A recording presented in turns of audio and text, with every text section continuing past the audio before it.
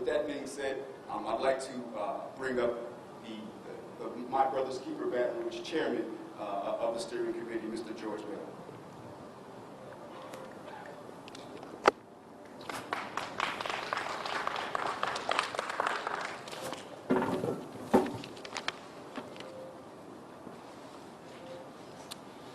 Thank you, Luke. Mayor Broom, thank you for this opportunity. My name is George Bell, and I am President and CEO of Capital Area United Way. And I was asked a question, why is this work important to me? Well, first, my role at Capital Area United Way requires that I look at ways to improve our community and improve those that live in our community. And that work has been both gratifying and challenging. But one thing I've learned from that work is that none of that work happens in isolation. It requires a collaborative, coordinated approach to addressing the complex issues and challenges that we've faced as a community and continue to face.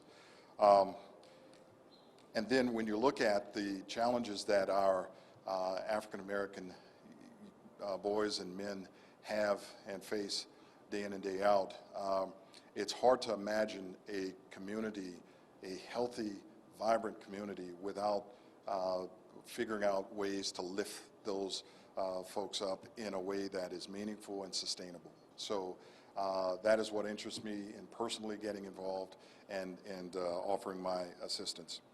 So what has taken place so far is we've had an inaugural steering committee meeting, and that has resulted in some very healthy dialogue about this challenge and how we want to conduct the work going forward.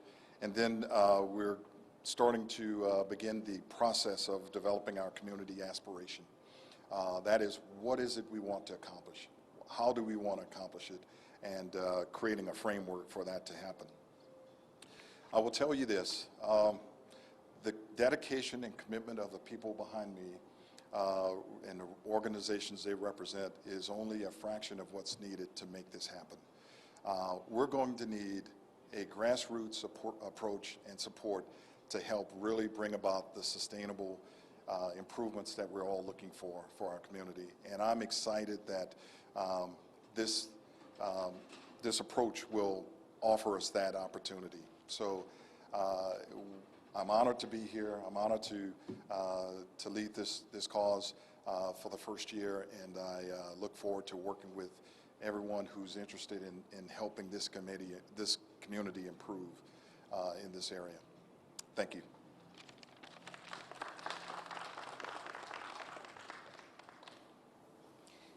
Thank you, Luke, and thank you, George. MBK-BR will advance community-based outreach and strategies focused on creating a healthy start and entering school ready to learn, reading at grade level by 3rd grade, graduating from high school, ready for college and career pathways, completing post-secondary training or education, and successfully entering the workforce. These milestones may seem simple to some of us, but here are some facts about the realities that we're facing. Data from the National Assessment for Educational Progress shows that 12% of Black 4th grade boys are proficient in reading, compared with 38% of white boys. And only 12% of Black 8th grade boys are proficient in math, compared with 44% of white boys. We can't continue to allow this to be a reality facing our youth. This issue does not exist in a vacuum. It does not only shape our young men, it shapes our entire community. This is why we must actively work to remove the barriers hindering progress and give our young people the opportunity to get ahead. This work has already begun in this community. As I speak to you today, we're hosting a resume workshop right next door at the River Center Library with Employ BR, our workforce development arm. Any residents that need support with resume building, or job placement can join one of our sessions today and on Friday. Our remaining Thursday sessions are from 1 to 2 and 2:15 to 3:15 p.m.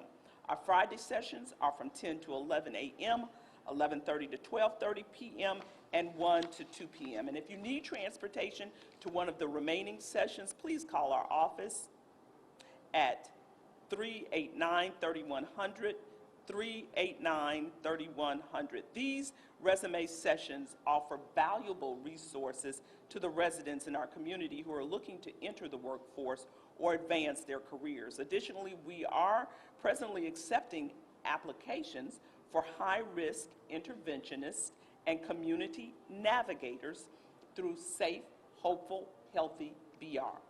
These positions are designed for non-traditional leaders who have lived the experience and allows them to deter violence in the community through interrupting the cycle of violence.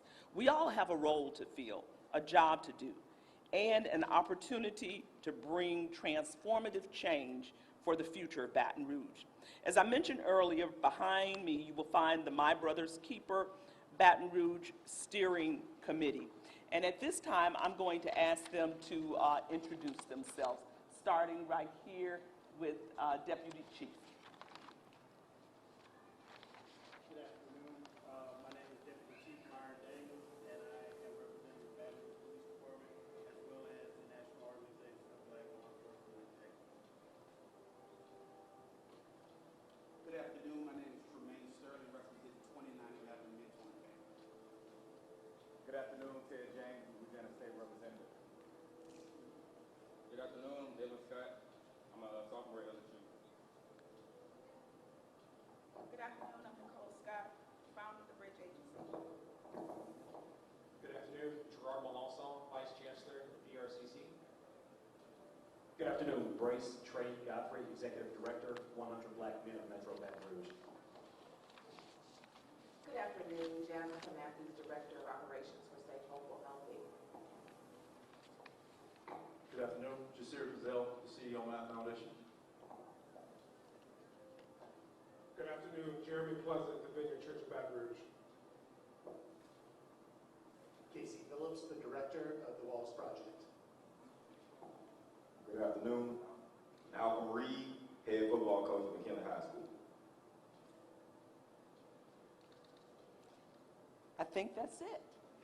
And so these individuals would like to hear from you. If you have any ideas, goals, or aspirations for our initiative, please reach out to info@mbkbr.org. That's info@mbkbr.org. Thank you all so much for joining us today, and I look forward to our continued collaboration as we build a future of peace, prosperity, and progress for every single resident in Baton Rouge. Thank you. We'll take any questions if you have any.